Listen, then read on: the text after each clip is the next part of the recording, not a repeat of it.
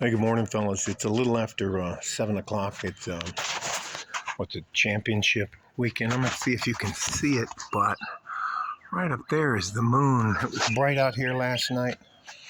Birds are going a bit nutty.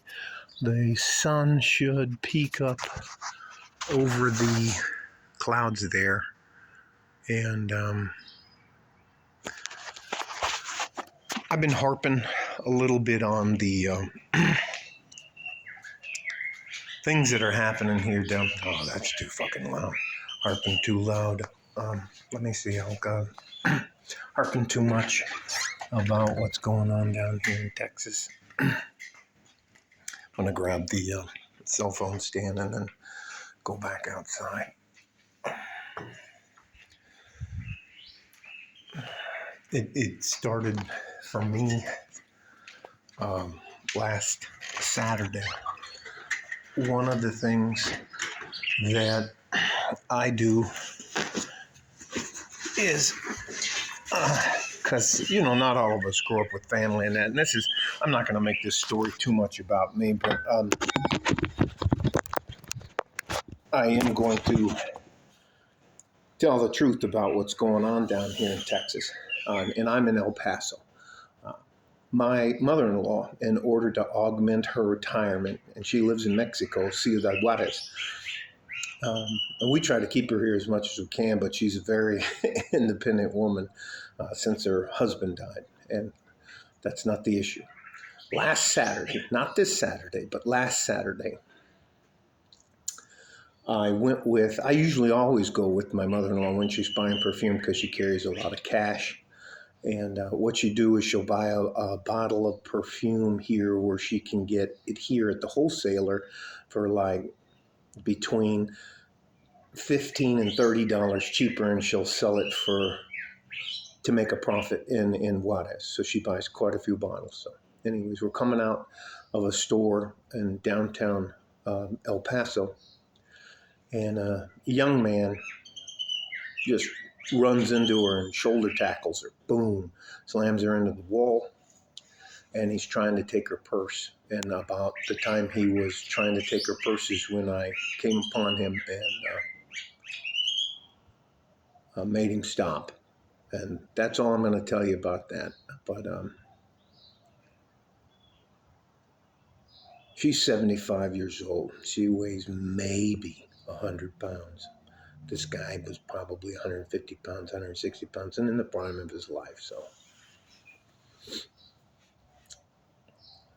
the people in Washington, D.C., and the people that live in gated communities do not have to deal with the decisions that they make, meaning such as open borders and free-flowing immigration.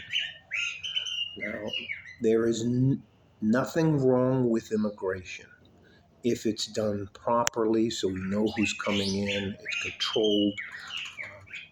We can categorize people by their abilities, say they're mechanics or this or da-da-da-da, and place them in positions where they can be successful. But to take somebody who doesn't speak the actual language that is mostly used here in the United States of English. Now, Spanish is second, but it's not as common as you move further away from the southern border. And there are some communities that get very upset if you speak Spanish. So anyways, all that to say this. I think, if I'm not mistaken, a lot of truckers are coming down here, or they've already started their journey and intend to be here on Monday. They're going to screw up the roads. People are to the point, the breaking point, and I'll probably title this The Breaking Point here in Texas.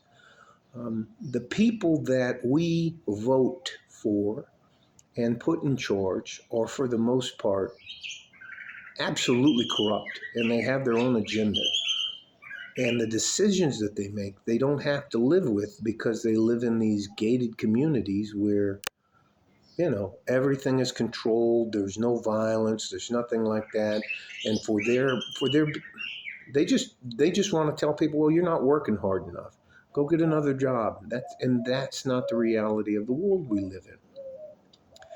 If a business can pay a guy $3.50 an hour instead of paying a master, carpenter, truck driver, electrician, plumber, all of the trade skills, and I'm not trying to leave any off, even a great chef, all of those things, and they'd rather pay an illegal immigrant $3.50 because they can get away with it, they're going to do that.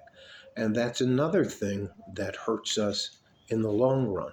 Um, I got no problem them taking, what was it, that hundred and some odd $1 billion that we gave to the Ukraine and use it to build a public works program here where we teach English as a second language to them. We call it an ESL program. We need our roads fixed. We need hospitals. We need an infrastructure built. We can train them. We can make sure they have decent housing and they can work their way into the system or work their way into citizenship. But to take them in, give them a little bit of food and maybe a money and a cell phone and that, and then turn them loose, they're going to get preyed upon and then they're going to become angry. I know I used to be a criminal and I did some pretty desperate things when I didn't have food or money and that kind of stuff. So um, now I didn't maim that young man, but anyways, that's not the point here. The point is, after a certain amount of time, if the people you're electing to help you won't, and they're only serving themselves, the people are, we've had enough. Look at inflation. I mean, and just because it's an election cycle, they'll probably try to lower the gas prices, but they can't lower the food prices. Transport, anyways, I just stop. I hope I'm making my point that the people who are supposed to be looking out for us could give a shit less about us, and all they're worried about is lining their own pockets. They don't live like us. They don't live in our community.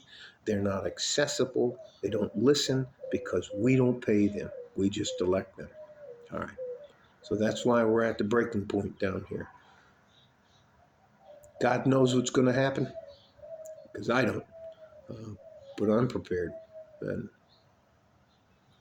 I don't know. I'm just a little. Anyways, I don't want to. I don't want to bum you out. On a side note, we'll segue into the games today. I'm taking the Detroit Lions because I spent some time in Detroit, and I think I'm going to take the Baltimore Ravens. I don't think the Chiefs are going to get past them this time. Although the NFL, because of what's her name? Is her name Katy Perry? Swift, excuse me, Taylor Swift, and that the tight end Kelsey. I think the NFL would love to see them in the Super Bowl and win. So I just think I want the Lions to win, but I also think the Baltimore Ravens are buzzsaw. So stay safe and healthy. Take care of each other if you can, and if you can't, you have to take care of yourself. Like a fart in a G-string from West Texas, El Paso. I'm out of here. Bye-bye.